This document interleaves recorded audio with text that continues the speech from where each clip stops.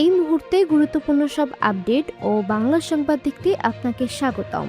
প্রথমে জানিয়ে দেব, টাঙ্গাইলে বিদ্যুৎ অফিসে হামলা, লাইনম্যানকে বেধড়ক পিটুনি।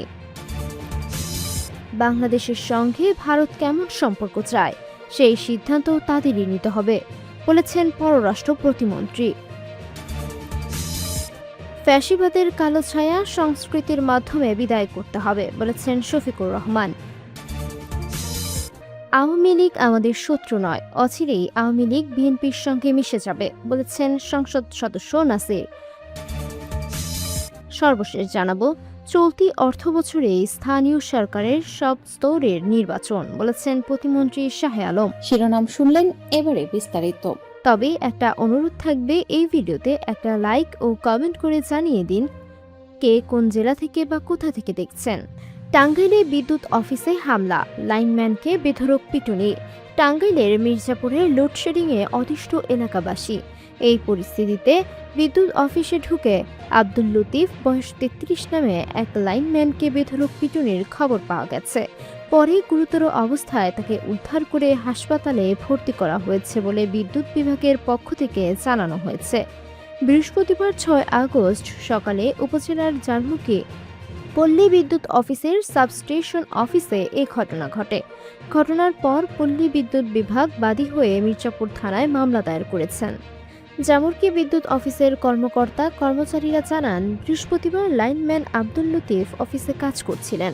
বেলা 11:30টার দিকে 30 থেকে 40 জনের একদল লোক লাঠিসোঁটা নিয়ে অফিসে ঢুকে হামলা চালায়। এক পর্যায়ে লাইনম্যান আব্দুল লতিফের ওপর হামলা চালায় তারা, এতে তিনি আহত হন। এক পর্যায়ে বিদ্যুৎ বিভাগের কর্মকর্তা কর্মচারীরা মির্জাপুর থানা পুলিশকে খবর দেন।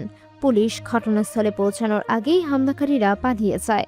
আহত আব্দুল লতিফকে উদ্ধার করে প্রথমে জামুরকি সরকারি হাসপাতালে ভর্তি করা হয়। সেখানে শারীরিক অবস্থার অবনতি হলে পরে টাঙ্গাইল জেনারেল হাসপাতালে নেওয়া হয়। এই ঘটনার পর পল্লী বিদ্যুৎ বিভাগ মির্জাপুর ও গোড়াই জোনাল অফিসের অধীনে সব সাব অফিসে কর্মরত কর্মকর্তা কর্মচারীদের মধ্যে আতঙ্ক ছড়িয়ে পড়েছে। বাংলাদেশের সঙ্গে ভারত কেমন সম্পর্ক চায় সেই সিদ্ধান্ত তাদেরই নিতে হবে, বলেছেন পররাষ্ট্র প্রতিমন্ত্রী। ভারতের সঙ্গে পারস্পরিক শ্রদ্ধা ও দ্বিপাক্ষিক স্বার্থ অক্ষুণ্ণ রেখে সুসম্পর্ক বজায় রাখতে চায় বাংলাদেশ। তবে তারা কেমন সম্পর্ক রাখবে সেই সিদ্ধান্ত ভারতকেই ঠিক করতে হবে বলে মন্তব্য করেছেন পররাষ্ট্র প্রতিমন্ত্রী শামা ওয়াবেদ ইসলাম। বৃহস্পতিবার 6 আগস্ট সন্ধ্যায় পররাষ্ট্র মন্ত্রণালয়ে সাংবাদিকদের প্রশ্নের জবাবে এসব কথা বলেন তিনি। পররাষ্ট্র প্রতিমন্ত্রী অভিযোগ করে বলেন, ভারতের মাটিতে বসে কার্যক্রম নিষিদ্ধ আওয়ামী লীগ আবার নতুন করে জঙ্গিবাদের পুরনো তত্ত্ব প্রতিষ্ঠিত করার চেষ্টা করছে। তবে বাংলাদেশের মানুষ ফ্যাসিবাদের বিরুদ্ধে ঐক্যবদ্ধ। আওয়ামী লীগ অতীতে দেশে যে জঙ্গিবাদের কার্ড খেলেছে, বর্তমানে ভারতে বসে তারা সেই একই অপচেষ্টা চালাচ্ছে। তিনি বলেন, নিষিদ্ধ ঘোষিত ফ্যাসিস্ট আওয়ামী লীগকে রুখতে দেশের মানুষের ধর্মবর্ণ নির্বিশেষে একতাবদ্ধ। ভারতের মাটিতে বসে বাংলাদেশের সাজাপ্রাপ্ত নেতারা যেভাবে উস্কানিমূলক বক্তব্য দিচ্ছেন তা বন্ধের উদ্যোগ নেওয়ার দায়ভার ভারতের ওপরেই ছেড়ে দেন তিনি। শামা ওয়াবেদ স্পষ্ট জানান, ভারতের সঙ্গে দ্বিপাক্ষিক সম্পর্কের উন্নতি হোক, এটা সবার কাম্য। কিন্তু সাজাপ্রাপ্ত নেতাদের রাজনৈতিক কর্মকাণ্ড চালানোর সুযোগ দেওয়া হবে কিনা সেই সিদ্ধান্ত ভারতকেই নিতে হবে। আসন্ন ব্রিক্স সম্মেলনে প্রধানমন্ত্রীর অংশগ্রহণের বিষয়ে এখনও কোনো চূড়ান্ত সিদ্ধান্ত হয়নি বলেও জানান তিনি। ফ্যাসিবাদের কালো ছায়া সংস্কৃতির মাধ্যমে বিদায় করতে হবে, বলেছেন শফিকুর রহমান। বিরোধী দলীয় নেতা ও বাংলাদেশ জামায়াতে ইসলামীর আমির ডক্টর শফিকুর রহমান বলেছেন, ফ্যাসিবাদ ও ফ্যাসিবাদদের দোসররা 2024 সালের 5 আগস্ট দেশ থেকে পালিয়ে গেছে, কিন্তু তাদের কালো ছায়া এখনও দেশে রয়ে গেছে। এই আগ্রাসন সংস্কৃতির মাধ্যমে তাড়াতে হবে। দেশীয় সংস্কৃতি সংসদ সেই কার্যক্রম পরিচালনা করে যাচ্ছে। বৃহস্পতিবার 6 আগস্ট রাজধানীর রমনায় ইঞ্জিনিয়ার্স ইনস্টিটিউশন মিলনায়তনে জুলাই বিপ্লবের দ্বিতীয় বর্ষপূর্তি উপলক্ষে জাতীয় সাহিত্য সাংস্কৃতিক সংগঠন দেশীয় সাংস্কৃতিক সংসদ আয়োজিত জুলাই সাংস্কৃতিক উৎসব 2026 তিনি এসব কথা বলেন। ডক্টর শফিকুর রহমান বলেন, 2024 সালের জুলাই গণ অভ্যুত্থান বাংলাদেশের গণতান্ত্রিক আকাঙ্ক্ষা, সাংস্কৃতিক চেতনা ও জাতীয় মর্যাদা প্রতিষ্ঠার এক ঐতিহাসিক মাইলফলক। এই জুলাইকে আমাদের সবাইকে টিকিয়ে রাখতে হবে। দেশকে আমরা সবাই মিলে করব। জাতিকে আমরা বিভক্ত করতে চাই না। যারা জাতিকে বিভক্ত করতে চায় তারা দেশের দুশ্মন। আমাদের ভিন্ন মত, ভিন্ন আদর্শ থাকতে পারে, কিন্তু জাতীয় স্বার্থ রক্ষায় আমরা ঐক্যবদ্ধ। তিনি আরও বলেন, ২৪-এর ফ্যাসিবাদ ও আধিপত্যবাদ সাময়িকভাবে দেশ থেকে বিদায় নিয়েছে। যদি আমরা ঐক্যবদ্ধ থাকতে পারি তাহলে ফ্যাসিবাদ ও আধিপত্যবাদদের চিরতরে বিদায় করব ইনশাআল্লাহ। দেশীয় সাংস্কৃতিক সংসদের সেক্রেটারি ডক্টর মনোয়ারুল ইসলাম, বাচিক শিল্পী শরীফ বাইজিদ মাহমুদ, নাট্যকার মাহবুব মুকুল ও আবৃত্তিকার আহসান হাবিব খানের সঞ্চালনায় ওই আয়োজনে বিশেষ অতিথি হিসেবে ছিলেন বাংলাদেশ জামায়াতে ইসলামের নায়েবে ইমর আনুম শামসুল ইসলাম ও সহকারী সেক্রেটারি জেনারেল সংসদ সদস্য মাওলানা রফিকুল ইসলাম খান। উৎসবে সভাপতিত্ব করেন লেখক, আইনজীবী ও সমাজসেবক অ্যাডভোকেট মতিউর রহমান আকন্দ।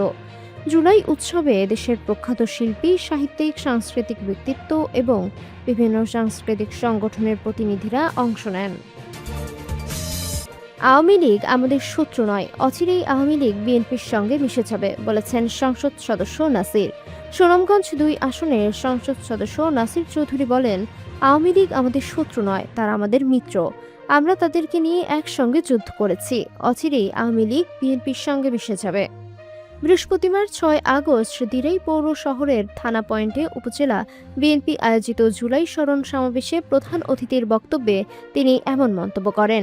এমপি নাসির চৌধুরী বলেন, আজকের এই সমাবেশেই বিএনপির সমাবেশ, এর বাইরে বিএনপির আর কোনো সমাবেশই নেই। আগামী ৮ তারিখে বিএনপির নামে যারা সমাবেশ করতে চাচ্ছে তারা দলের মধ্যে বিভক্তি আনতে চায়। এদের সম্পর্কে সবাইকে সজাগ থাকতে হবে। দুর্নীতির অভিযোগের বিষয়ে তিনি বলেন, আমার কোনো ভাই নেই, আমি একা। আমার বাসা কেড়ে নেওয়া হয়েছে। এখন তারা আমার বিরুদ্ধে অপপ্রচার চালাচ্ছে। ওরা চোর, তাদেরকে চুরি করার সুযোগ না দেয় তারা বলে আমি নাকি লাখ লাখ টাকা লুটপাট করে খাচ্ছি। যারা এমন কথা বলে তাদের উদ্দেশ্যে বলি, উপজেলায় গিয়ে ইউএনও সাহেবকে জিজ্ঞেস করেন এ পর্যন্ত কত টাকা বাজেট এসেছে। আমি যতদিন জীবিত আছি কাউকে দুর্নীতি করার সুযোগ দেব না, বলেন এমপি নাসির চৌধুরী। চলতি অর্থবছরে স্থানীয় সরকারের সব স্তরের নির্বাচন, বলেছেন প্রতিমন্ত্রী শাহে আলম। চলতি অর্থবছরের মধ্যে স্থানীয় সরকারের সব স্তরের নির্বাচন অনুষ্ঠিত হবে বলে জানিয়েছেন স্থানীয় সরকার, পল্লী উন্নয়ন ও সমবায় মন্ত্রণালয়ের প্রতিমন্ত্রী মীর শাহে আলম। বৃহস্পতিবার ৬ আগস্ট দুপুরে সিলেটের পায়রাইল চকে সিলেট সিটি কর্পোরেশনের বর্জ্য ব্যবস্থাপনা সেকেন্ডারি ট্রান্সফার স্টেশন পরিদর্শনকালে সাংবাদিকদের প্রশ্নের জবাবে তিনি কথা জানান। প্রতিমন্ত্রী বলেন, চলতি অর্থবছরের মধ্যে স্থানীয় সরকারের ৫ স্তরের সব স্তরের নির্বাচন শেষ করার পরিকল্পনা রয়েছে। চলতি আগস্ট মাসের পরেই স্থানীয় সরকার বিভাগ, অর্থ বিভাগ ও নির্বাচন কমিশন যৌথভাবে বৈঠকে বসে আলোচনা করে সিদ্ধান্ত নেবে যে স্থানীয় সরকারের কোন স্তরে নির্বাচনটি আগে অনুষ্ঠিত হবে। সিলেট পরিষ্কার পরিচ্ছন্ন এলাকা মন্তব্য করে প্রতিমন্ত্রী বলেন, খাল খনন ও ডেঙ্গু প্রতিরোধ প্রকল্পে সিলেট সিটি কর্পোরেশন ভালো কাজ করছে।